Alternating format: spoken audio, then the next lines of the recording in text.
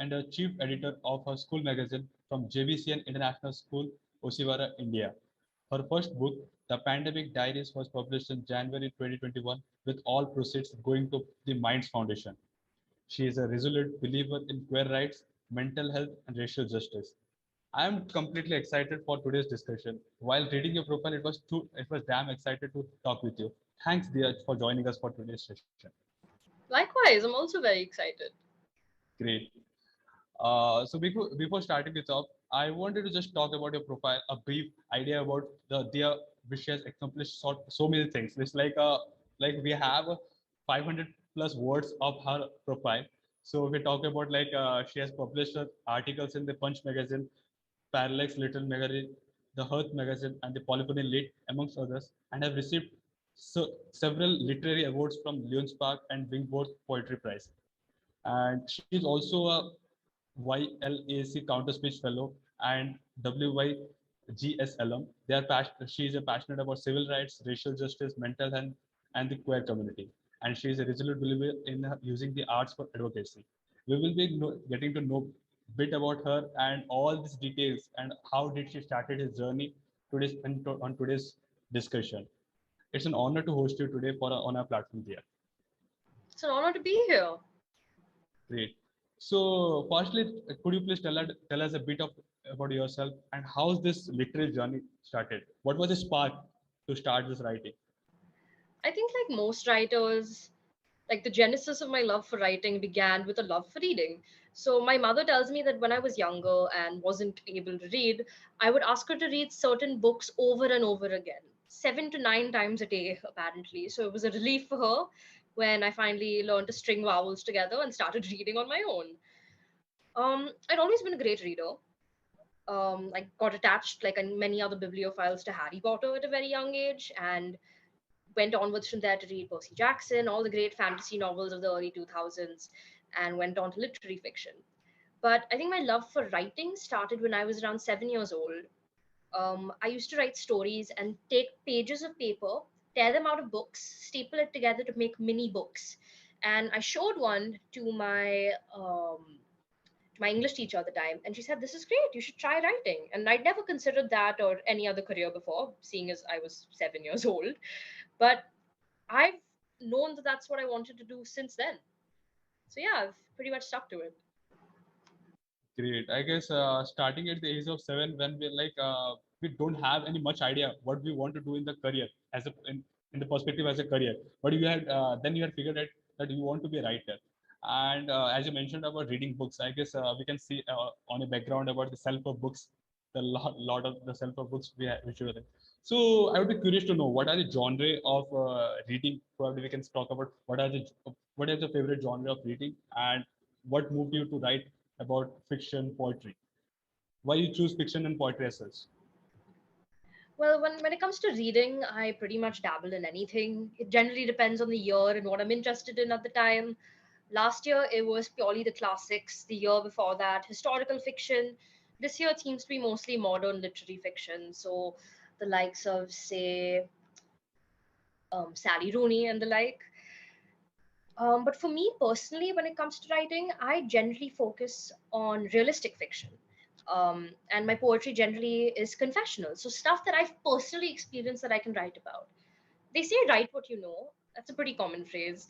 Yeah, And while I wouldn't stick to that as a rule, I do feel like it works for me to write from experience, to write about the environment I've grown up in, to write about the kinds of people I've interacted with. Because I feel like that allows me to give the kind of depth to my stories and fiction that which makes it of good quality. great. So, what was the real motivation behind to write a book? Because I have seen a lot of writers. They go into blogs, writing blogs. Some writers are like columnists in the newspapers. Some are like some feel like writing articles. Being myself as a writer, also I feel like I love to write content, content around business, entrepreneurship. So that's my genre part, and also I love to write blogs, not a long form article. So what motivated you to write a book, a long form? How was the process started also? And I've got to say, first off, you've got to share your blog with me after this is over. Second off, the Pandemic Diaries actually had its start as a blog. So at the beginning of lockdown, where we were naive and didn't know what the future was going to be, we believed that it would originally be a 21-day lockdown in Mumbai. And I thought, okay, this is a historical moment, right? There's nothing like this has ever happened in my lifetime and the lifetimes of many people older than me. So I thought, okay, I'm going to write one article or one piece about what my life has been like for every day of this lockdown. And I've never been a particularly consistent person. Every attempt at me, say, trying to keep a diary has always fallen flat. But this somehow, for the first time in my life, I managed. I wrote one piece for every day of the lockdown. And I got feedback that was better than I'd ever expected. So once the 21 days were over, I sat down and I thought, how am I going to carry this forward? Because again, I want to document this moment. Yeah. I think in the very first blog post I put up for the Pandemic Diaries, I talked about how in history books, you always learn the dates, you learn how many people died of which war, statistics, facts. It's cold, it's boring, and students for millennia are going to groan over, oh, I have to learn about this now.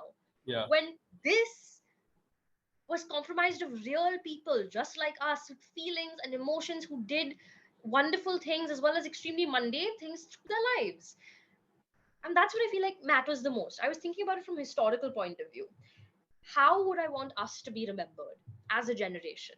I wanted to document everything, the good, the bad, the ugly, from a common person's point of view. That was the main impulse when it came to writing the first half of the Pandemic Diaries. The second was kind of a way for me to translate that into fiction. So the book is divided into two halves. One is the non-fiction half, which I wrote, of course, based on my own experience. The second is the fiction and poetry half, which has a poem that I wrote centered around the pandemic, and one short story and one full-length novella. The latter two pieces were an attempt to translate my own experience and ideas and thoughts that I'd had during that experience into a work of fiction that would be entertaining as well as educational to consume. Um, I presume we'll be talking about this later, but I feel passionately about many causes, and mental health and queer rights are two of them, the two that are closest to my heart. So one story focuses on suicidal ideation, the other focuses on what it might mean to be queer and dealing with vulnerability and learning to open your heart up to people. Great. I guess this pandemic was a golden chance for you. I guess if there wasn't a pandemic, we wouldn't have got this pandemic diaries. So the pandemic was like a boon to ignite the spark on you for writing this book. And also it's like the events around this pandemic, as you mentioned about the societal rights, about there was a lot of depression, there was a lot of there was a talk of mental health. So that was basically the which motivated you, and it was like the process. It was a part and parcel of a process to write something about them, so that it should create an awareness around you. So, as you mentioned that you were attracted to reading and public speaking, like right from your childhood. So, what feel you like? What was the most interesting part in your public speaking? What is the most interesting aspect of public speaking that attracts you? I think I'd fully credit my school with how deeply I'm involved with public speaking now. While I've always been an extremely chatty person, I'd say that I've got the gift of the gab, as some people call it. I think it was coming to JBC and Oshiwada that really made a public speaker out of me. Um, because I think it was sixth grade, and the communications head at the time, Miss Mrinal, gave me the opportunity to comp as sports day. And I enjoyed it so much. A lot of people can't tell this from first glance, but I'm an extremely anxious person. But somehow with public speaking, that side of my brain just switched off because it's so necessary to stay in the moment and keep things dynamic and keep. I'm sure you must know because you're a public speaker and you've been running this amazing forum for quite a bit now, I think. Yeah. And you're required to stay in the moment, be mindful, respond to people with wit and veracity, and doing that kept me in the moment and prevented me from getting engrossed with my own thoughts. It was fascinating because whether it's with writing, with poetry, with public speaking, with working on the editorial team, my primary concern has always been people. The way people work is fascinating to me. Psychology, anthropology, sociology, every possible field of study. And I feel like nothing is more powerful than talking to a group of people, engaging with them in public, and trying to uncover what really is at the heart of your audience. because the audience unto itself is fascinating. It's like its own organism because it acts as one. When you say something, they react at once. They clap or sometimes they boo. And it's fascinating to see how a whole group of separate people come together Yeah. to create this one organism. So yeah, I credit JVCN with a lot of what made me a good public speaker. Past that point, I've had the opportunity to run my own club there. I'm the captain of the editorial team, which unto itself provides a lot of opportunities to speak in front of a smaller group. Then recently, very recently, I spoke at the Aditya Birla Foundation's Beat the Change conference, which was unprecedented because I never had that large of a platform before. But talking about myself and my life experience was a change because it required, again, vulnerability from me, as opposed to just relying on what the event was and just talking to the people in the audience, talking directly to the people in the audience and asking them questions. I was the one being asked questions. So that was a new experience. And I'm excited to see where it's going to take me. Great. I guess uh, I first of all, it's like cheers to JVCN International School to brought the inner in you, to brought the inner public speaking traits and the reading, basically giving you the opportunity to scale up. So that's the cheers to JVCN International School.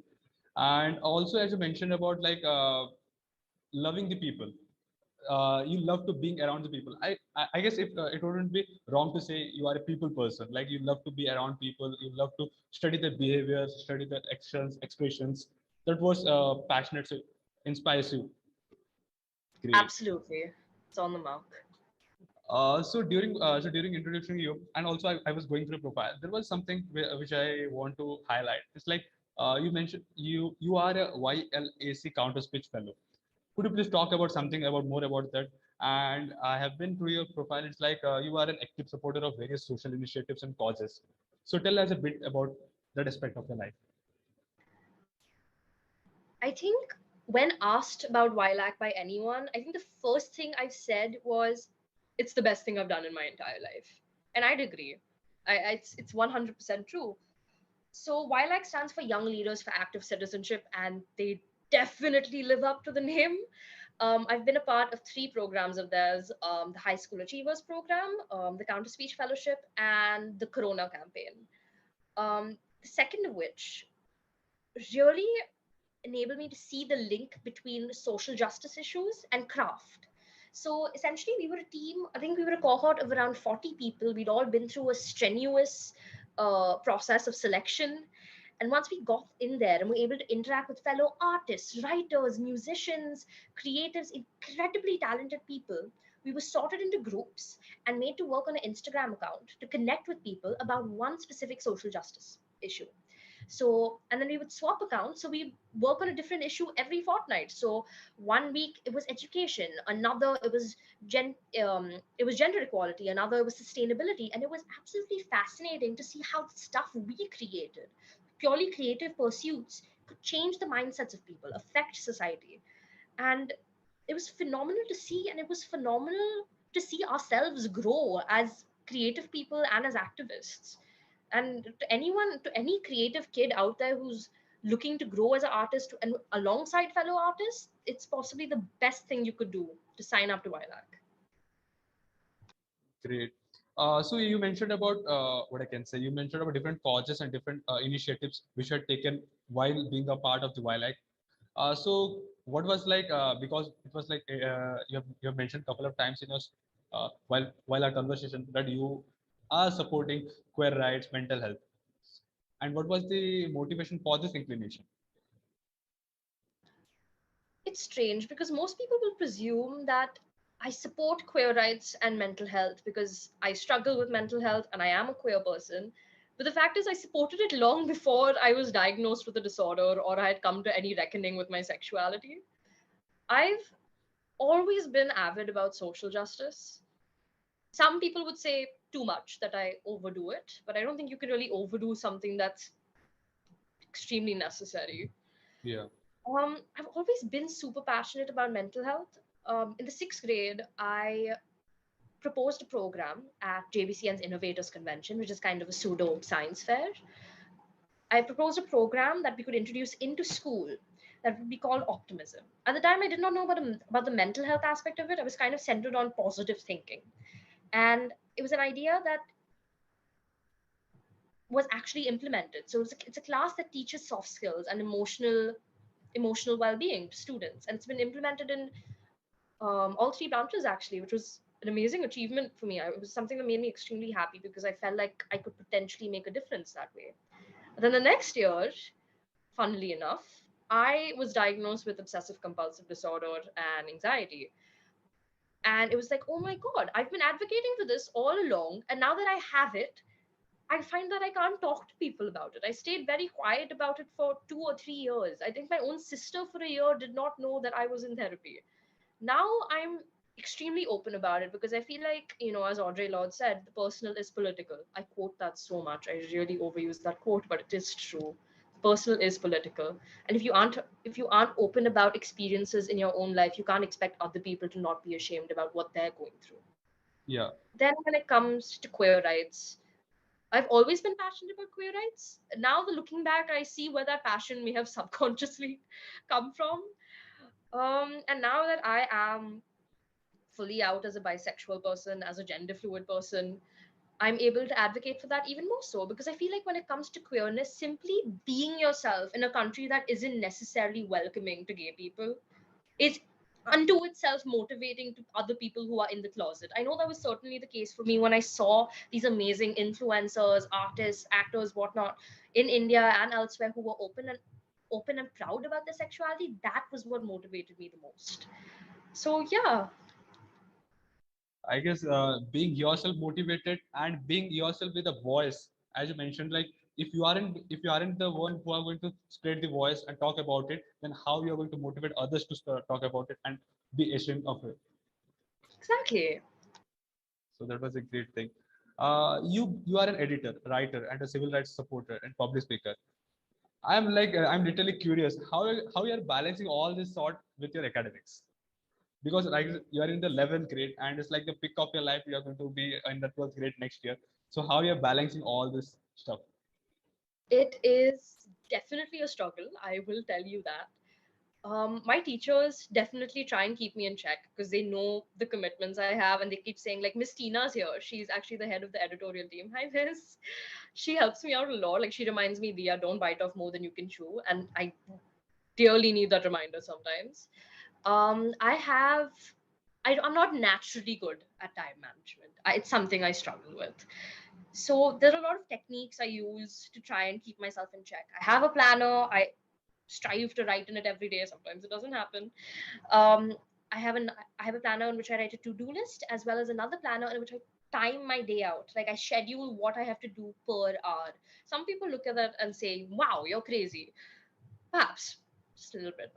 Um, yeah, and I think it's a matter of prioritization, determining what's important to you and cutting things out of your life as is necessary, which is something I've again always struggled with, but I think I've improved in recent years. Like I've had a lot of projects that I have wanted to do right now that I've had to keep on hold because I have my SATs and my 11th grade midterms coming up, and I know that I can always return to them later. I have all the time in the world. I'm 16, but it's a matter of knowing what's most important to you right now and assigning time to that. I'll also add that, like any teenager that's looking to do a lot of things for college admissions, only do stuff you're passionate about, because if you're not passionate about it, you will burn out. There is no joy in doing something that you do not enjoy, and ultimately it's going to be way more taxing on you than doing something that you really care about. Invest time in what matters to you, not in the irrelevant things. Certainly, matlab, I guess watching out like wasting your time unnecessarily and prioritizing the thing, as you mentioned, prioritizing the thing is a really important factor. Or else it won't be like any other student would be like Dia Bhojwani, who can do multiple things like being a writer, editor. So it would like prioritizing thing, time management, as you mentioned, it's a critical part of your life. If you are like if you're best using your time, then you're best using your life, and you can make the most out of your life. That is a very good line. That's a very good line. If you don't use your time well, you're wasting your life. I like that. Great. So we are curious to know what are your future plans? Like, how does the future look like for Dia, and how do you wish to conquer the world? I love that question. Um, one of the projects that I mentioned that I had to put on hold until the January of this year was the launching of my own literary magazine. I've always loved editing. I've always loved working with other creative people. Like I said, Wilac helped me realize that about myself. Then at school, I've had the Anvil Club, where it's a group of people where we try to explore issues of social justice through the creative arts. And that unto itself made me realize that I love connecting artists together, helping them work, helping them create something beautiful through their synergy. And that's something I want to work on myself a lot more. So I'm going to launch a literary magazine called Icarus Lit. I already have a graphic designer, a team of website designers, and several pieces already lined up for launch. And I'm so excited to see where that takes me. So Icarus Lit is essentially a magazine for our generation that speaks to our generation.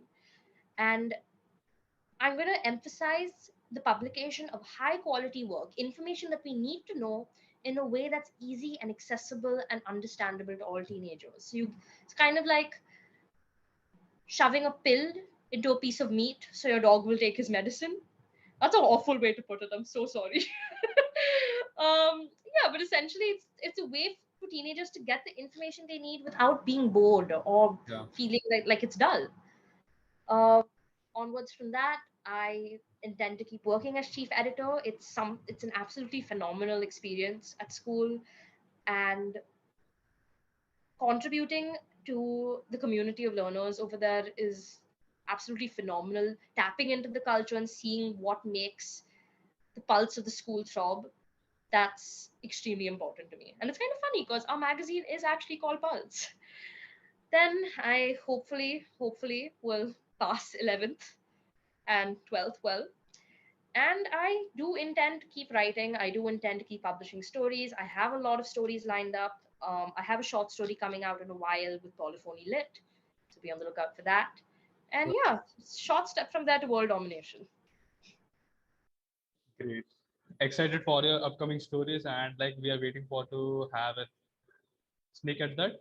And I guess you mentioned about like how Javishan International School, you're basically it's helping you to put down all your steps in place, like put down all the steps in place and helping out already in academics, as you mentioned that you are quite well balancing your academics with the efforts of your teachers, with the efforts of your classmates. So I guess Javishan International School is bringing up a prodigy and is helping the best to do to bring up the prodigy and best wishes for all the activities. And also we are excited for the literary magazine which you are going to launch. I guess it's on January. Yes, that's the goal. Great. We are waiting for that to launch. That was a nice conversation with you, Dia Vajrani. We wish all the best for your future endeavors and wish all the success. Thanks Thank you everyone. so much. This was amazing. Bye. Thanks everyone for joining for today's session. I guess that was an interesting conversation and you loved it.